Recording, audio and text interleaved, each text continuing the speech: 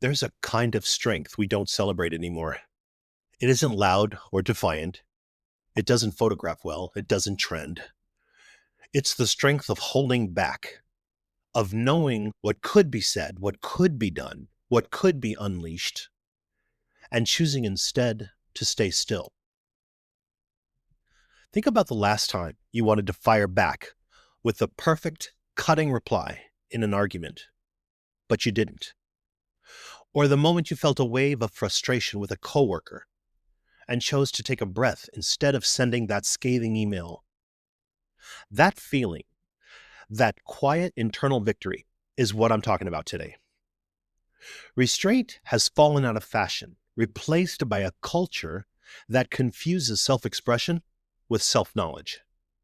We've come to believe that the person who speaks first, feels hardest, or reacts the fastest is the most authentic. But the psychology of restraint tells an entirely different story. That maturity isn't found in how much we express, but in how much we can contain without losing our center. Hello and welcome to the Psychology of Us with Professor RJ Starr, where we explore the mind's influence on life, relationships, and society. RJ Starr is an existential psychologist, professor, and author dedicated to exploring the core challenges of human existence, how we find meaning, embrace responsibility, and navigate life's challenges. Known for a thought-provoking yet accessible approach, RJ inspires listeners to cultivate self-awareness, emotional intelligence, authenticity, and purpose. This podcast is designed for all psychology enthusiasts, practitioners, students, and anyone curious about why we think, feel, and behave the way we do. Each episode unpacks theories, explores complex questions, and offers insights that deepen understanding of the human experience.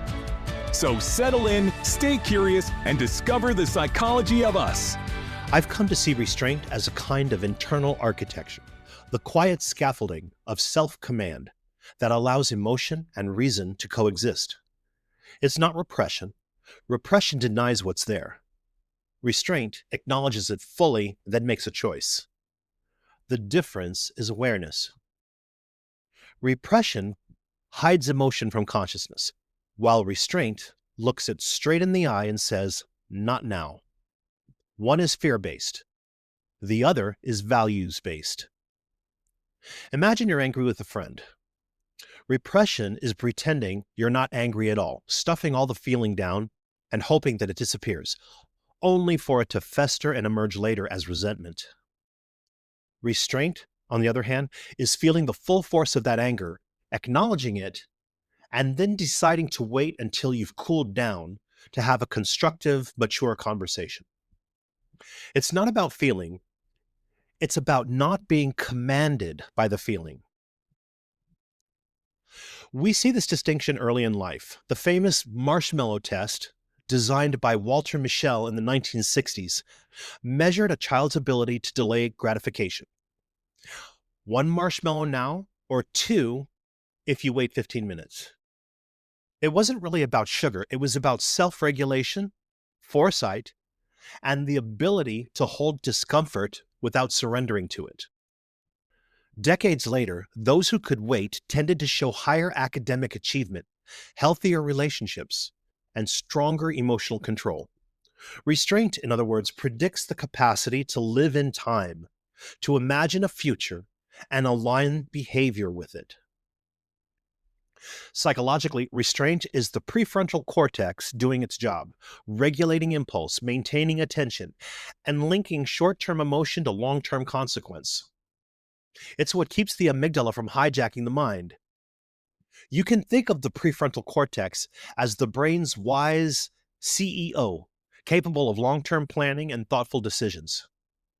The amygdala is more like the company's hypersensitive smoke detector. It's crucial for sounding the alarm in a real fire, but without the CEO's oversight, it can go off every time someone just burns toast in the break room. Restraint is the CEO calmly walking over, assessing the situation, and turning off the alarm. But neuroscience only tells half the story. The deeper truth is that restraint is emotional intelligence in motion. It's what happens when self-awareness, empathy, and foresight cooperate instead of compete.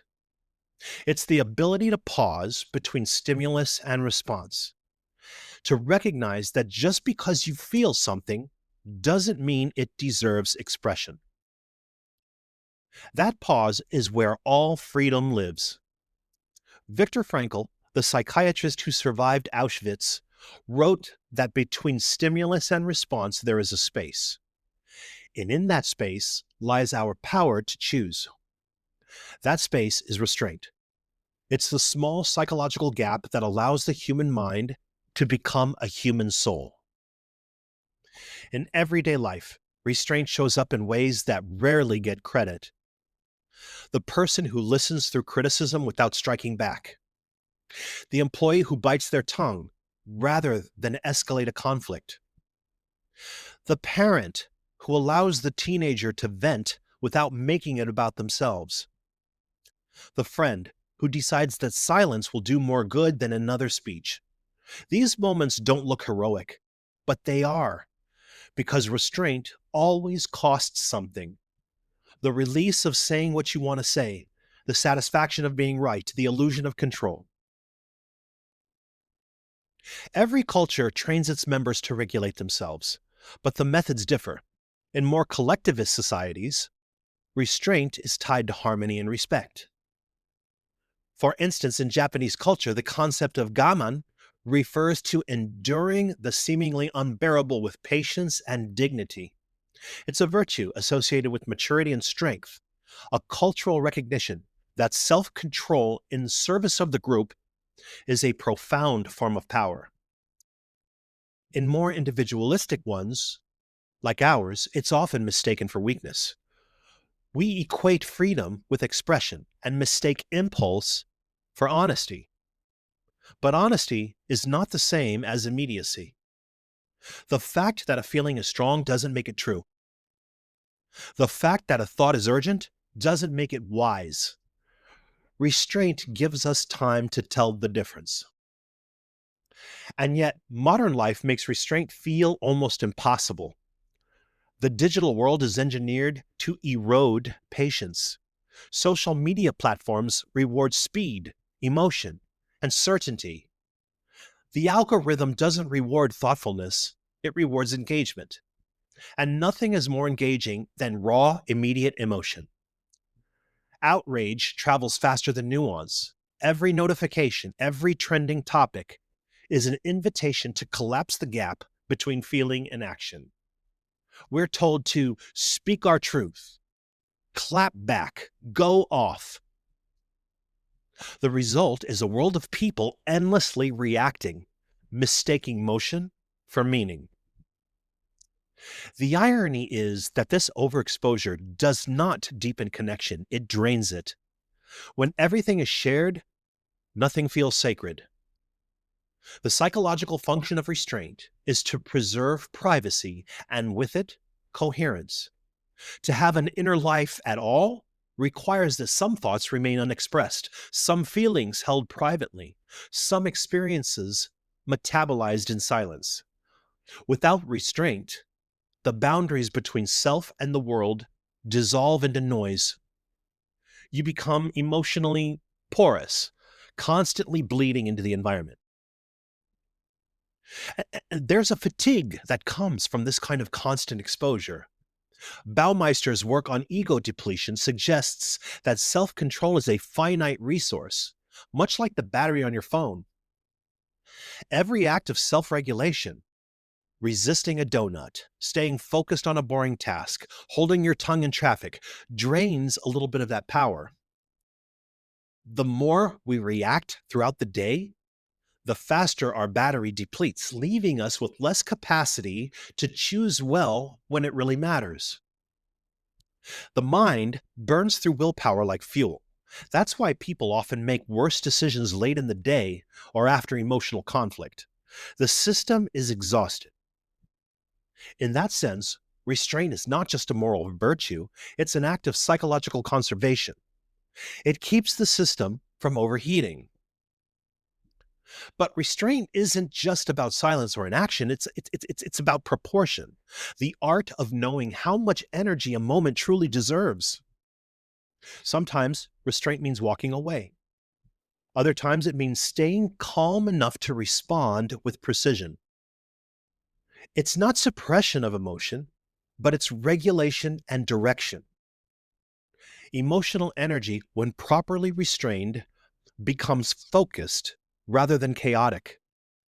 The Stoics called this sophrosyne, a kind of disciplined harmony between reason and passion. I often think of restraint as emotional design. Just as architecture requires both weight and support, the psyche requires both feeling and form. Without form, feelings collapse under their own intensity. Without feeling, form becomes sterile. Restraint creates the bridge between the two. It allows love to become commitment, anger to become justice, and grief to become compassion. Every enduring relationship depends on it. Still, restraint has had a bad reputation. People hear the word and think restriction, control, limitation. But what if we reimagined it as elegance? In music, silence between notes is what makes melody possible. In language, punctuation shapes meaning. In life, restraint gives shape to emotion. It's what makes dignity visible. The person who can feel fully, yet act wisely, carries a quiet authority that cannot be faked. That's what I call psychological dignity, the sense of coherence that comes from knowing you could explode, but choosing not to. Have you ever wished there was a clear, intelligent guide to understanding the human mind and emotions? Without the jargon, without the shortcuts. The Psychology of Being Human, an authoritative guide to mind, emotion, and meaning, was written to do exactly that. Psychology educator RJ Starr brings together decades of research, teaching, and lived insight to show how we think, feel, and make meaning. The book offers fresh perspectives on emotional maturity, identity, belief, and the ways our inner lives shape our choices, relationships, and resilience. There has never been a single work that brings together this full spectrum of what it means to be a human being, mind, emotion, and meaning, into one coherent and practical framework. This book is an unflinching, deeply informed exploration for anyone who wants to understand themselves and others with greater depth, clarity, and compassion.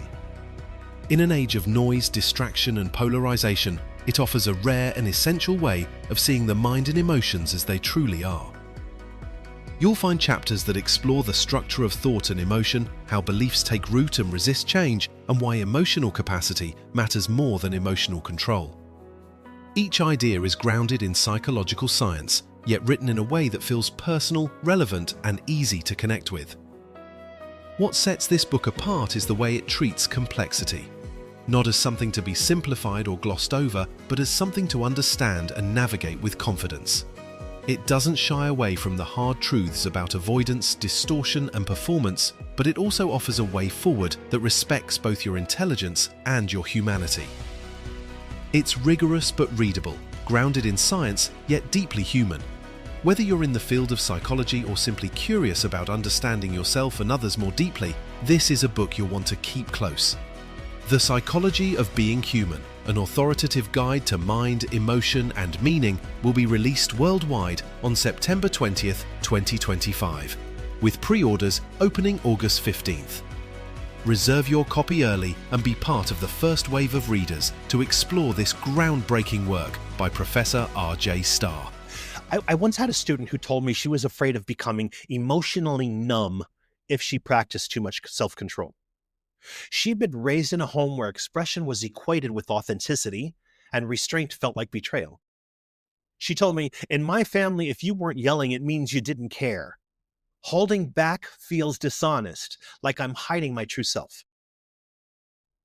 I told her that emotion without regulation is not authenticity, it's chaos. Maturity isn't about feeling less.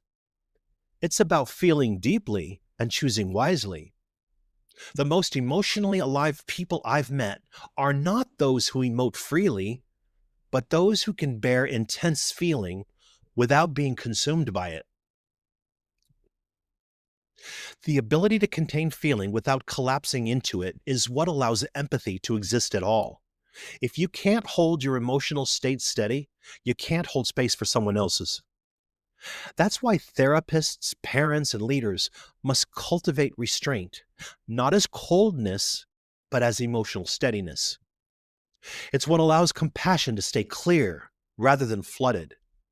The line between empathy and enmeshment is restraint. Yet in our time, restraint feels almost radical, doesn't it?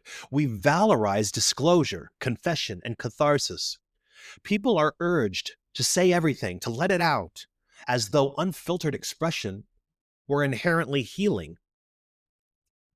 Sometimes it is, but sometimes expression hardens emotion instead of releasing it. Neuroscience has shown that rehearsing anger, even in words, can strengthen the neural pathways that sustain it. Restraint interrupts that loop. It teaches the nervous system to tolerate activation without discharge, a crucial skill for emotional regulation. On a collective level, our culture's loss of restraint has consequences. It shows up in our public discourse that rewards outrage, politics built on reaction, entertainment that thrives on humiliation. The ancient idea of composure, the ability to hold oneself together, has been replaced by performance. We call people real when they are simply unfiltered, brave when they are impulsive. But courage and restraint are twin virtues. The first faces difficulty. The second manages power. Every meaningful act of leadership depends on restraint. The surgeon who waits for the right moment to cut. The judge who rules without bias. The parent who disciplines without shaming. The journalist who chooses accuracy over speed. These are not acts of inhibition. They're acts of integrity. Power without restraint becomes domination. Emotion without restraint becomes volatility. Speech without restraint becomes noise. There's a paradox here. Restraint doesn't diminish freedom, it makes it possible. If you can't stop yourself, you aren't free. You're a hostage to impulse. The true test of autonomy isn't how much you can express, but how consciously you can choose. Restraint is the mechanism of choice itself. It's what allows the self to act rather than react. Sometimes restraint even protects love. Relationships thrive not because people say everything they think, but because they learn what doesn't need to be said. Restraint makes room for grace, for imperfection, for repair. It's the difference between winning and understanding. When you practice restraint, you stop trying to control the other person and start managing yourself. Psychologically, restraint also restores dignity in moments of humiliation or injustice. To respond with composure when attacked, to remain civil when others are cruel, to preserve your values under pressure. These are not signs of weakness, but of sovereignty. They prove that your behavior is chosen, not dictated. In that sense, restraint is a form of inner freedom, the refusal to let others define your emotional climate. It's easy to forget that every civilization has measured its maturity by the degree to which its citizens could restrain themselves. Laws, manners, rituals, ethics, all exist to channel instinct into form. Freud called civilization a trade-off between instinct and order. We surrender a measure of impulse to gain safety, beauty, and meaning. When restraint collapses, so does coherence, both personal and societal. I sometimes wonder what a world that valued restraint again might look like. Fewer arguments that end relationships. Less public cruelty disguised as honesty. More conversations that leave people's dignity intact. More pauses before judgment. A world in which strength isn't measured by dominance, but by self-command. We could start small, by practicing silence where noise once was, by waiting an hour before posting the reaction, sending the text, or writing the comment, by observing what happens when you don't immediately gratify the need to respond. Or try this in your next conversation. Listen with the sole intention of understanding what the other person is saying, not with the goal of formulating your reply while they're still talking. The space that opens up inside you in that moment, that's where the self grows. That's the birthplace of character. The truth is that restraint isn't just a psychological skill, it's a moral art. It reflects a deep respect for the complexity of life, for the fact that every feeling, however intense, is temporary, and that reacting too soon can destroy something permanent. Restraint is what allows us to treat reality as something sacred, not disposable. We're so accustomed to equating power with action that we forget the power of abstaining, the ability to say no when every instinct screams yes, the ability to stay quiet when silence serves truth better than speech, the ability to wait, to watch, to let time do its work. That's not weakness. That is mastery. In the end, restraint is not about control, but about clarity. It's the quiet confidence that comes from knowing you can act, but you don't need to. It's the psychological posture of someone who has learned that peace is not the absence of feeling. It's the ability to hold feeling without losing form. The person who practices restraint is not suppressing emotion. They are integrating it. They are choosing coherence over chaos. And maybe that's the highest form of freedom we can hope for. To live with full feeling, but not at the mercy of it. To act with conviction, but not compulsion. To speak with courage, but not haste. Restraint reminds us that strength is not always about what we do. It's measured by what we have the wisdom to hold in reserve. That wraps up this episode of The Psychology of Us with Professor RJ Starr. Each conversation is a step toward greater understanding of ourselves, each other, and the forces that shape human behavior. Listeners are invited to continue the conversation by sharing their thoughts, questions, and topic suggestions at profrjstarr@outlook.com. Every message helps shape future episodes, ensuring the discussions remain relevant, thought-provoking, and meaningful. For those who find value in these explorations, subscribing and leaving a review is a great way to support the podcast and bring these insights to a wider audience. Until next time, stay curious, stay thoughtful, and keep exploring the psychology of us.